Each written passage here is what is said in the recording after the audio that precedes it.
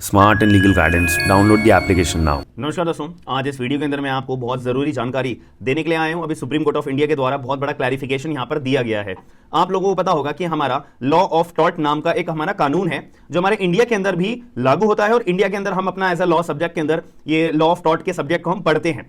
अब मुद्दे की बात ये आती है कि लॉ ऑफ टॉर्ट हम किस लिए पढ़ते हैं और अगर उसके अंदर कोई लाइबिलिटी अराइज होती है तो उस केस के अंदर हम लाइबिलिटी को क्लेम कैसे कर सकते हैं। ये दो क्वेश्चन सबसे ज्यादा जरूरी है। और तीसरा क्वेश्चन ये है कि क्या लॉ ऑफ टॉर्ट जो है हमारा देश के अंदर जो हम पढ़ते हैं वो हमारा कोडिफाइड है या नहीं है। कोडिफाइड के साथ साथ अगर कोई भी व्यक्ति कोई ऐसा अपराध या कोई ऐसा अपनी लाइबिलिटी अपने ऊपर क्रिएट करता है जो लॉ ऑफ टॉर्ट के अंदर अपनी बताई हुई है, अब उस केस में जो व्यक्ति अपना विक्टिम होगा उसको ये पर्टिकुलर लाइबिलिटी जिस व्यक्ति ने क्रिएट करके दी है, इसको हम एक्यूज नाम का एक शब्द से पहचान सकते हैं अपनी बेटर अंडरस्टैंडिंग के लिए। तो जो एक्यूज होगा उसको हम लाइबल कैसे ठहरा सकते हैं और विक्टिम के पास क्या क्या रेमेडीज है और क्या विक्टिम जो है लॉ ऑफ टॉर्ट जो हमारा बना हुआ है क्या वो कोडिफाइड है या नहीं है, जिसकी वजह से विक्टिम को जो है हम अपना इंसाफ दिला सकते हैं। ये सारे क्वेश्चंस दिमाग में आए थे और मद्रास हाईकोर्ट के अंदर भी ये सारे के सारे पॉइंट्स रेज करे गए थे।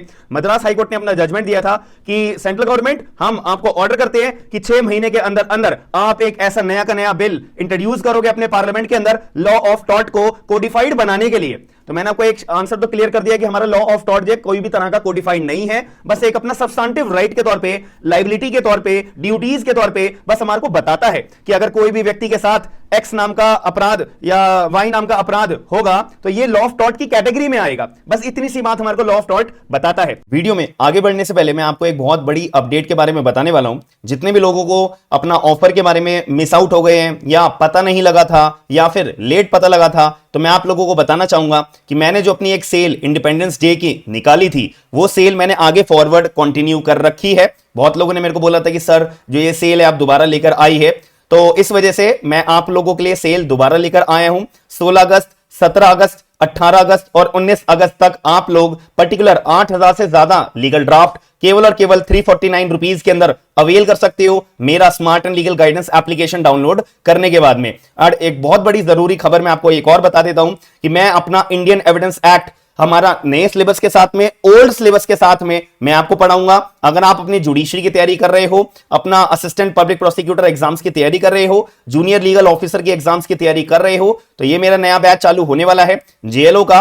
19 अगस्त हमारा शाम को 6 बजे हमारी डेली बेसिस पे live class, recorded class, complete syllabus आपको कवर अप करवाया जाएगा। नोट्स आपको मिले जाएंगे, मेंस की तैयारी होगी, टॉपिक वाइज आपके टेस्ट हुआ करेंगे। और मेंस के जो मैं आपको तैयारी की बात कर रहा हूं ना, तो वो जो मैं आपको नोट्स प्रोवाइड कराऊंगा एक तो क्वेश्चन आंसर फॉर्म के अंदर भी आपको नोट्स प्रोवाइड होंगे और जो हमारे लेटेस्ट केस लॉज होते हैं वो भी मैं आपको कंप्लीट आपको कराया करूंगा टाइमली बेसिस के ऊपर। तो अभी तक आपने अगर ये ऑफर को अवेल नहीं करा है तो इस ऑफर को अभी के अभी अवेल कर लीजिए। फायदा बहुत लोगों के लिए मैंने प्रोवाइड कराने के लिए इशू करा है, तो आप लोग अपना smart and legal guidance application download करिएगा एंड इस ऑफर को अवेल करिएगा।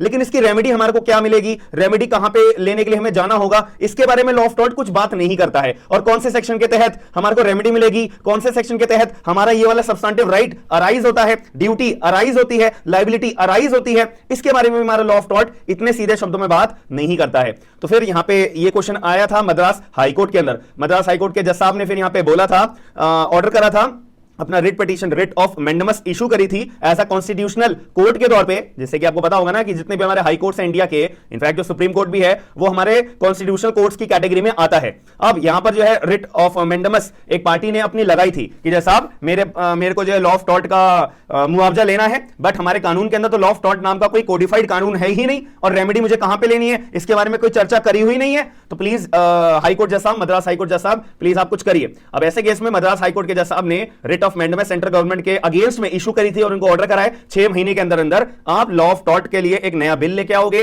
कोडिफाइड बिल लेके आओगे, क्या क्या रेमेडीज होनी चाहिए, क्या क्या पनिशमेंट मिलनी चाहिए, सब कहानी पूरे के पूरे बिल के अंदर होनी चाहिए। बस इतनी सी बात खत्म हो जाती है। फिर ये मैटर गया अभी सुप्रीम कोर्ट के अंदर। सुप्रीम कोर्ट के जज साहब ने क्लियर शब्दों में बोला है कि भाई जो कॉन्स्टिट्यूशनल कोर्ट्स होती हैं उनके पास रिट ऑफ मैंडेमस इशू करने का अधिकार तो है, लेकिन वो जब अधिकार होता है कि जब यहां पर कोई भी पर्टिकुलर हमारे कानून के अंदर, इंडिया के कानून के अंदर कोई भी ऐसा अधिकार किसी भी पार्टी के पास दिया गया है और वो जो पार्टी है वो उस अधिकार को अपना पा नहीं पा रही है, एनफोर्स नहीं कर पा रही है, कोई भी बीच में अपनी टांग अड़ा रहा है, जैसे कि आप कोई सरकारी दफ्तर में अपना फॉर्म जमा कराने जा रहे हो, कोई काम करवाने जा रहे हो, सरकारी दफ्तर के अंदर जो ऑफिसर है वो आपका काम नहीं कर रहा है और आपके काम को करने से मना कर रहा है। अब ऐसे केस में कानून के अंदर आपको अपना काम करवाने का अधिकार दिया हुआ है। अब वो सामने जो ऑफिसर बैठा हुआ है, अब वो सेंट्रल गवर्नमेंट वाला ऑफिसर हो या स्टेट गवर्नमेंट वाला ऑफिसर हो, वो काम नहीं कर रहा है। इस केस में रिट ऑफ मैंडेमस आप कोर्ट के अंदर लगाकर कोर्ट फिर डायरेक्शन देता है सेंट्रल गवर्नमेंट वाले अधिकारी को या स्टेट गवर्नमेंट वाले अधिकारी को कि भाई तुम्हारे को काम करने के लिए बोला हुआ है, तुम क्यों नहीं कर रहे हो काम, करो काम। तो इसको बोलते हैं रिट ऑफ मैंडेमस इशू करने का मतलब सीधे तौर पे। बट यहां पे मुद्दे वाली बात क्या है कि कानून के अंदर कोई ऐसा अधिकार ऑलरेडी मेंशन होना चाहिए, वो काम अगर पूरा नहीं होता है तब यहां पे party writ of mandamus issue करती है, इतनी सी बात आ जाती है। बट यहां पे तो हमारा कानून है ही नहीं लॉ ऑफ टॉर्ट का। तो जब लॉ ऑफ टॉर्ट का कोई कानून है ही नहीं, रेमेडी पाने के लिए कोई कानून है नहीं, अब उस केस में पार्टी ऐसे कैसे इन्फोर्स कर सकती है रेट ऑफ मैंडेमस को? सीधी सी बात है या नहीं है? ऐसे ही सुप्रीम कोर्ट ने बात बोली है कि जो कॉन्स्टिट्यूशनल कोर्ट्स है उनके पास कोई अधिकार नहीं है रिट ऑफ मैंडेमस उन चीजों में इशू करने के लिए जिसमें कानून ऑलरेडी है ही नहीं, पार्टीज के पास ऑलरेडी राइट है ही नहीं, और ना ही कॉन्स्टिट्यूशनल कोर्ट के पास अधिकार है रिट ऑफ मैंडेमस इशू करके सेंट्रल गवर्नमेंट को एक तरीके से ऑर्डर देने के लिए कि नहीं तुम इस एरिया के अंदर इस सब्जेक्ट मैटर के ऊपर कानून बना के इतने टाइम पीरियड के अंदर इंट्रोड्यूस करो पार्लियामेंट के अंदर। ऐसा पूरे कानून में कहीं नहीं लिखा हुआ है, ना ही ऐसा हो सकता है पॉसिबल। तो यहां पे सुप्रीम कोर्ट ऑफ इंडिया ने क्लैरिफाई कर दिया था कि भाई कोई भी तरह का ये जो रिट इशू करी गई है मद्रास हाईकोर्ट के द्वारा, ये बिल्कुल गलत है, अनवारंटेड है, अननेसेसरी है, नॉट एप्रोप्रिएट है। ठीक है, याद रखिएगा सुप्रीम कोर्ट ने मद्रास हाई कोर्ट के पर्टिकुलर रेट को डिसमिस कर दिया और यहां पर बोला कि नहीं नहीं ऐसे सेंट्रल गवर्नमेंट को हम यहां पे कंपेल नहीं कर सकते हैं। अब आखिरी क्वेश्चन आप लोगों के मन में आ रहा होगा कि सर मैंने लॉ ऑफ टॉर्ट के बहुत सारे अपना पूरा सब्जेक्ट भी पढ़ा हुआ है, केसेस भी देखे हुए हैं, तो मेरे अगर कोई क्लाइंट आएगा मेरे पास लॉ ऑफ टॉर्ट के लिए, लॉ ऑफ टॉर्ट का मतलब होता क्या है? भाई मैंने आपको धक्का दे दिया या मैंने आपको कोई नुकसान कर दिया या मैंने आपके साथ कोई एग्रीमेंट करा हुआ है और आपको एग्रीमेंट मैंने वो पूरा नहीं करा है जिसकी वजह से आपको नुकसान झेलना पड़ा है। अब वो नुकसान की भरपाई कौन भरेगा? मैं भरूंगा।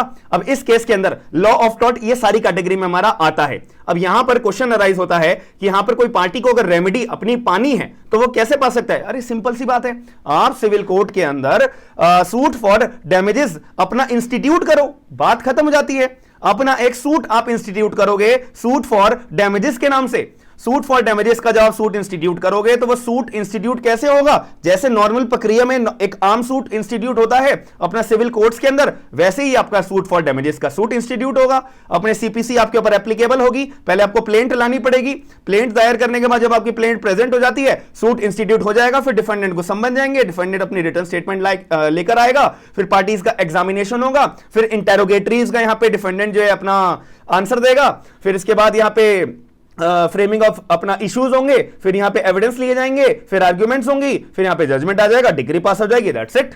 ऐसे अपना केस की प्रक्रिया चलेगी, चलती आई है और आगे भी चलती रहेगी। करंटली अगर यहां पे पार्लियामेंट को या सेंट्रल गवर्नमेंट को लॉ ऑफ टॉर्ट के बारे में अगर कोई कानून लेके आना है तो वो अपनी मनमर्जी से लॉ कमीशन की अपने रिकमेंडेशन से कभी भी लेके आ सकते हैं, लेकिन कोई कोर्ट बाउंड करे ऐसा नहीं करा जा सकता, कोई कोर्ट रिट इशू करे ऐसा नहीं किया जा सकता, कोई कोर्ट टाइम पीरियड फिक्स करे 6 महीने का ऐसा नहीं किया जा सकता है। याद रखिएगा। तो वीडियो के अंदर बहुत इंपॉर्टेंट जानकारी मैंने आपको दी है। आई होप आपको वीडियो के अंदर जो भी जानकारी दी आपको पसंद आई होगी। तो वीडियो को लाइक जरूर करेगा, शेयर जरूर करेगा, लोगों तक ये बात पहुंचाने आपकी जिम्मेदारी है। और आपका क्या पॉइंट ऑफ व्यू है कमेंट बॉक्स के अंदर जरूर बताएगा। मिलते हैं नेक्स्ट वीडियो के अंदर। Thank you.